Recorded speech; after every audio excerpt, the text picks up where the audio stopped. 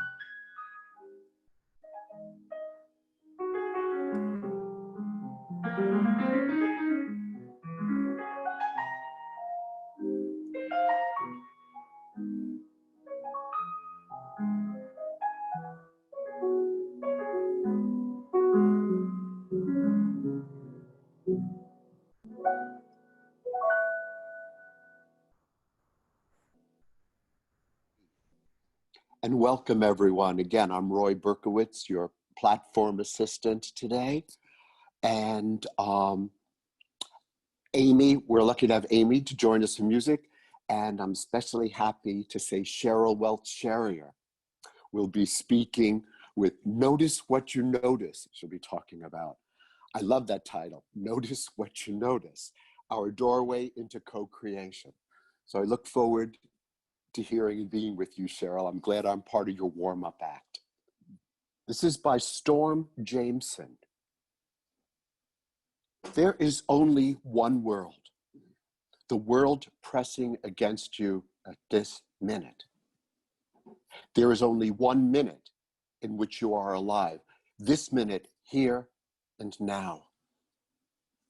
The only way to live is by noticing each minute and by accepting each minute as an unrepeatable miracle.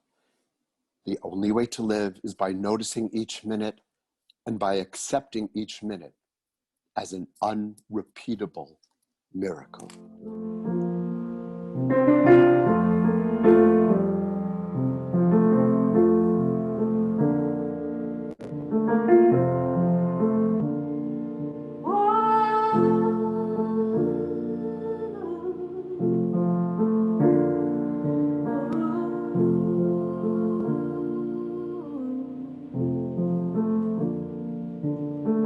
Don't claim an easy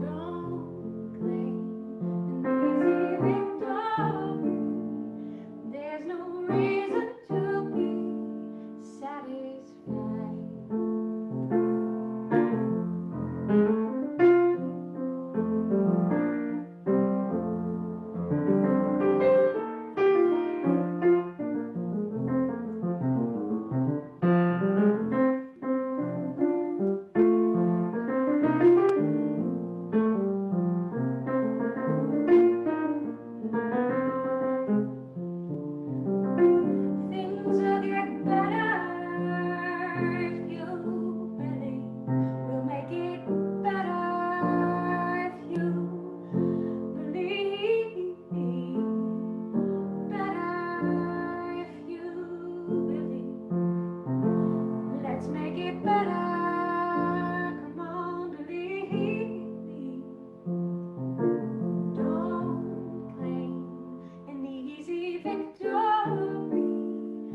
I'm not ready to see you fall. Don't claim an easy victory. There's no reason to be satisfied. Let's make it better. Come on, believe me. Things will get better if you believe me.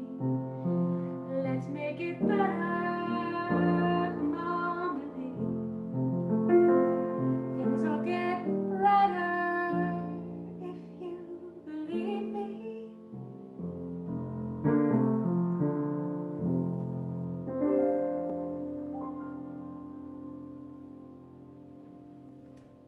Good morning, everyone. I am both honored and grateful to be the speaker this morning. And even though I've been the platform assistant many, many, many times, I find myself a little nervous this morning. I want to start by thanking Kay Wood, who helped me take an idea and turn it into a talk. And I want to thank Roy and Amy for sharing the stage with me this morning. I'm going to begin with a question. Do you have a voice in your head that on the one hand tells you how wonderful and fabulous you are, and on the other hand tells you how totally incompetent and worthless you are? I would be telling a great big huge lie if I said I did not have this voice. And you'll understand how this relates as I go on. So the title of my talk is Notice What You Notice, Our Doorway into Co-Creation.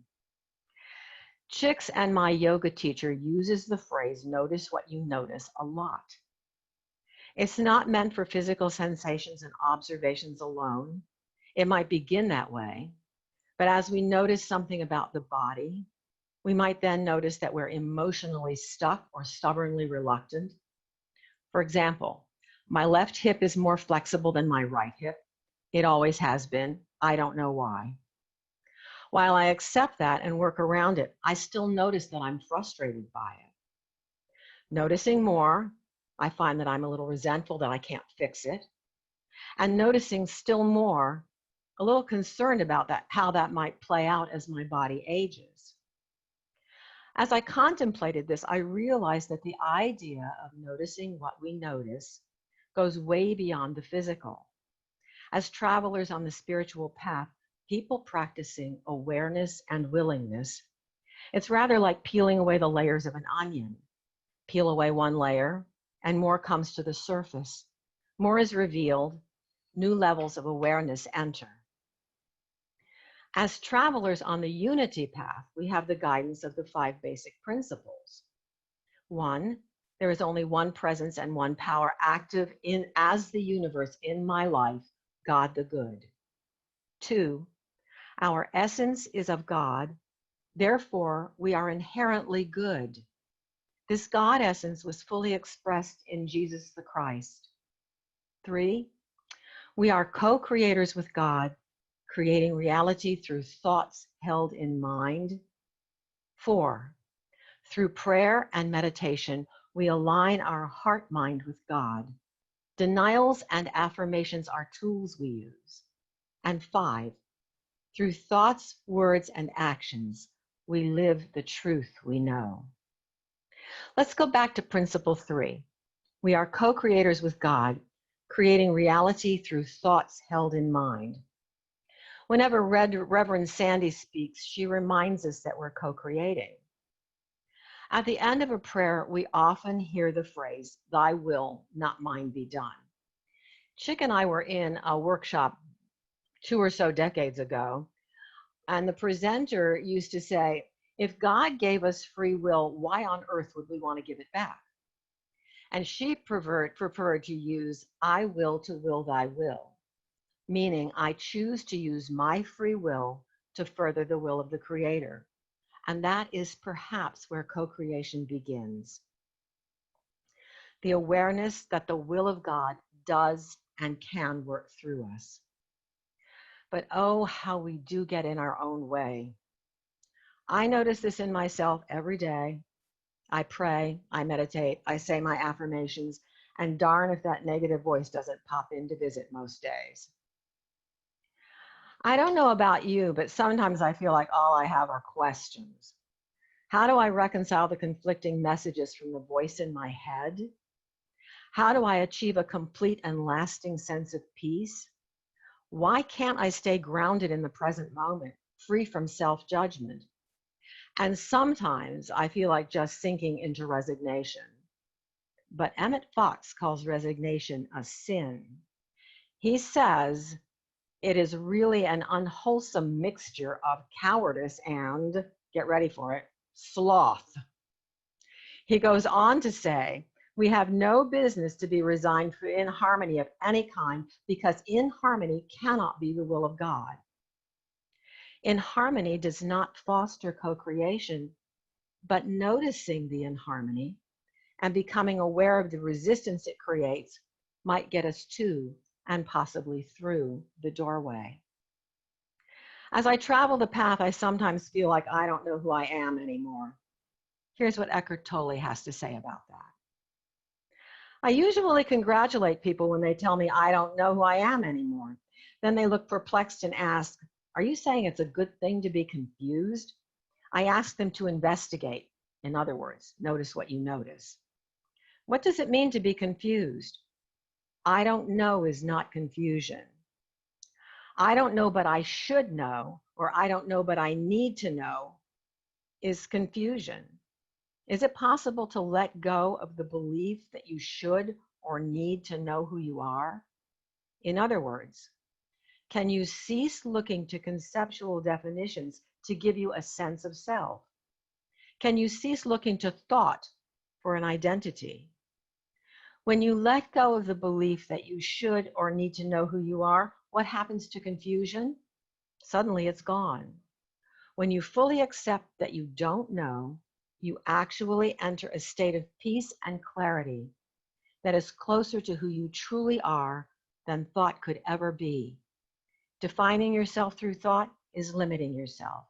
And that was from A New Earth.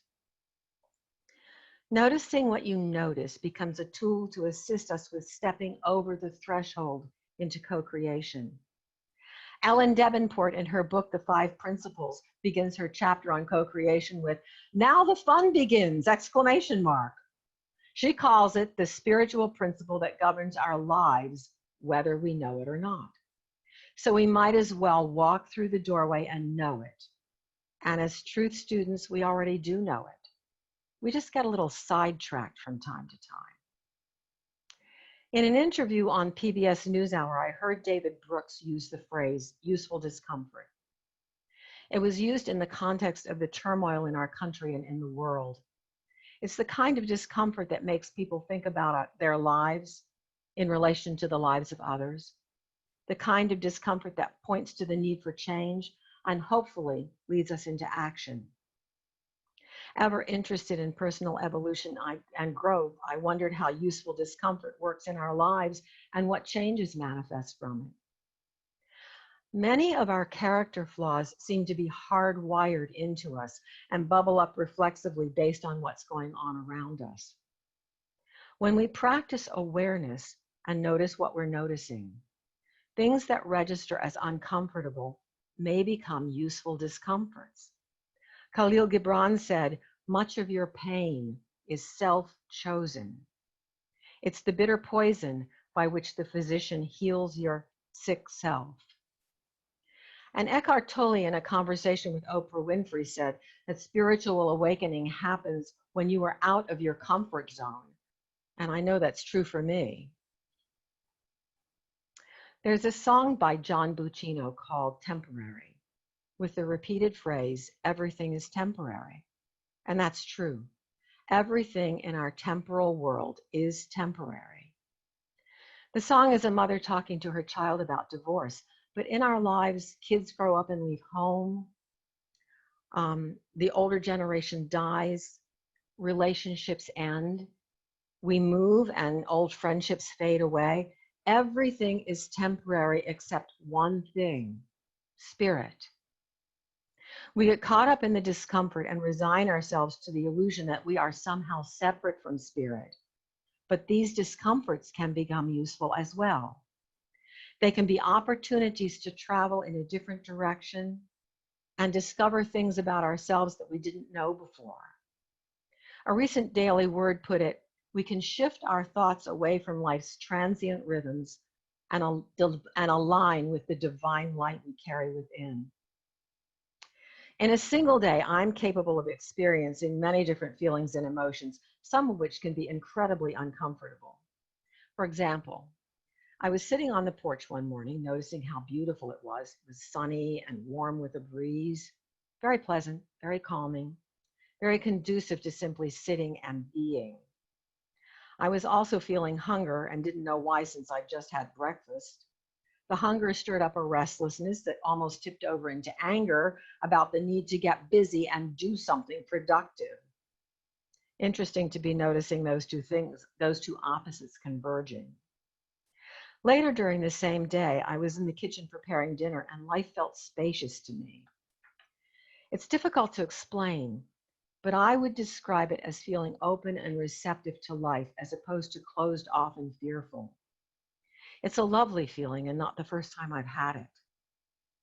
We know what spaciousness means when we're talking about the physical world, but what does it mean to feel internally spacious? Spacious in body, emotions, and spirit. For me, it's about feeling a deep sense of peace that opens me to life and all its possibilities. This spaciousness is a place of no fear and, quite simply, no limitation of any kind.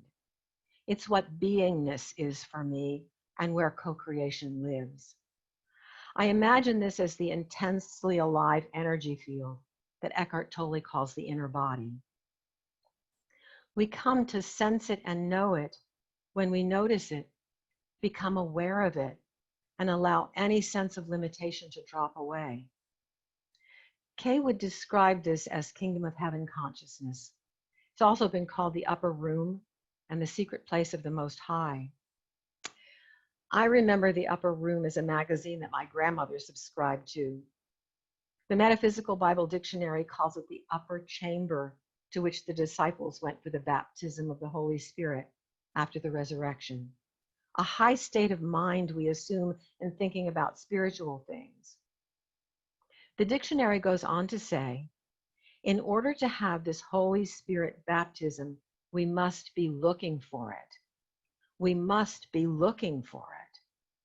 We have this spacious room within us, and the secret place of the Most High refers to Psalm 91, called the Psalm of Protection.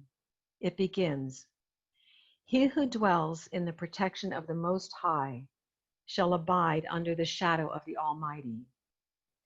I will say of the Lord, he is my refuge and my fortress, my God, in him will I trust. This also is within us.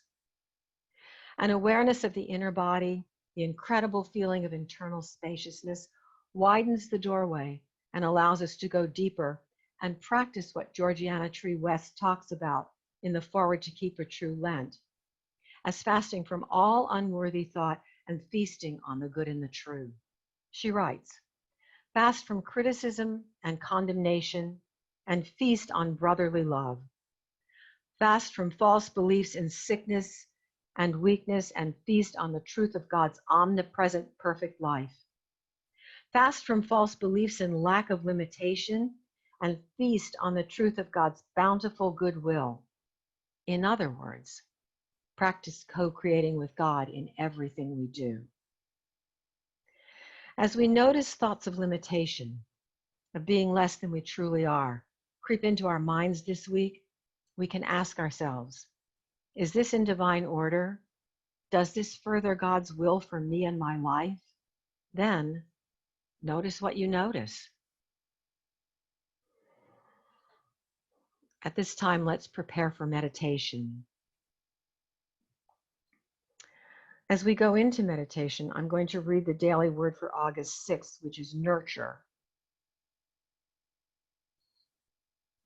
So let's prepare in whatever way is appropriate for you. I'm going to be silent for a moment and ground myself.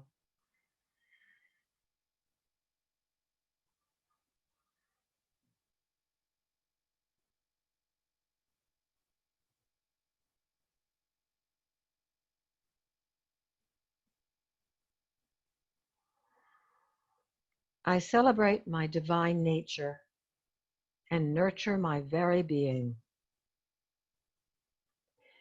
Unity co-founder Myrtle Fillmore brought a practical yet compassionate approach to life's challenges, during which she encouraged those who sought her counsel to rely upon their spiritual capacities to empower themselves.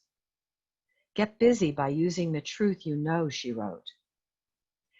Bring forth your own joyous world of love, friendship, beauty, and plenty. There is within you the God-given intelligence to build such a world.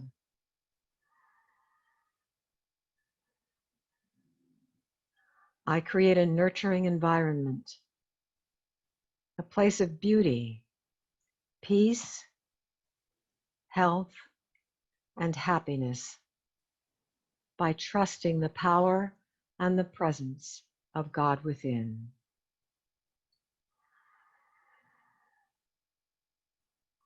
Divine light guides me as I consciously connect with my divine nature to nurture my mind, body, and spirit.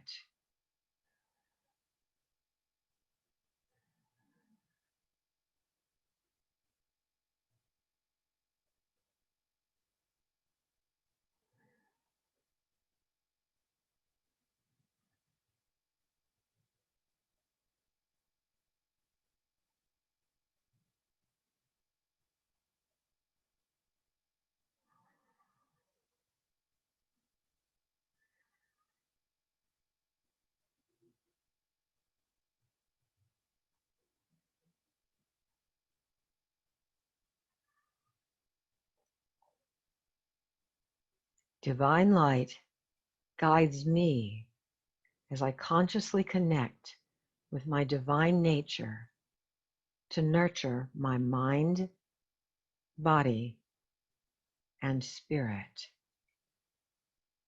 And so it is, and so it will always be.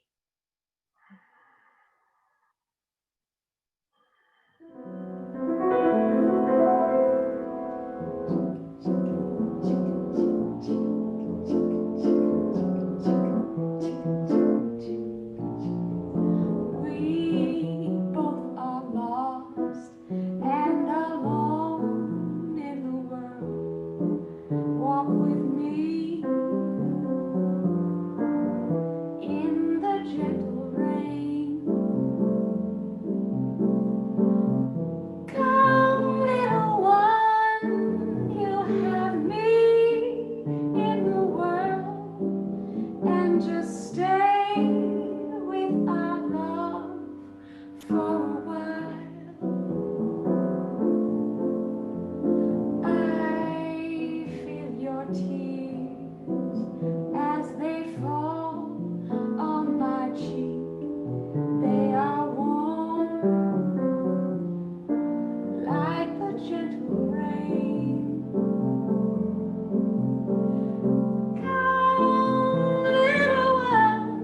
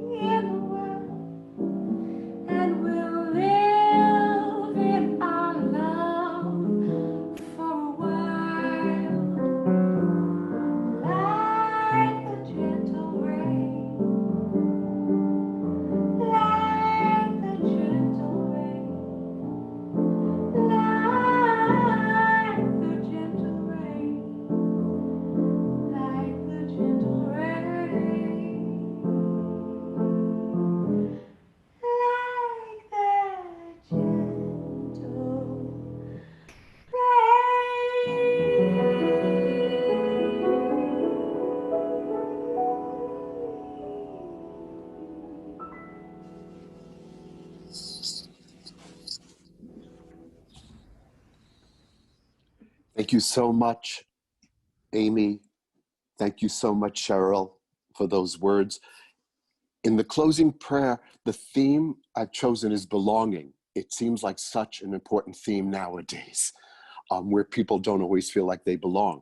And in listening to Cheryl, I thought, well, maybe we could look at co-create, and we can co-create as someone who belongs. And in the words of the first song, it's better. It's better when we feel we belong. And we know it in spite of those momentary voices in our heads that Cheryl talked about. So I'd like to read a poem called For Belonging by John Donahue. May you listen to your longing to be free. May the frames of your belonging be generous enough for your dreams. May you arise each day with a voice of blessing whispering in your heart. May you find a harmony between your soul and your life. May the sanctuary of your soul never become haunted. May you know the eternal longing that lives at the heart of time. May there be kindness in your gaze when you look within. May you never place walls between the light and yourself. And may you allow the wild beauty of the invisible world to gather you, mind you, and embrace you in belonging.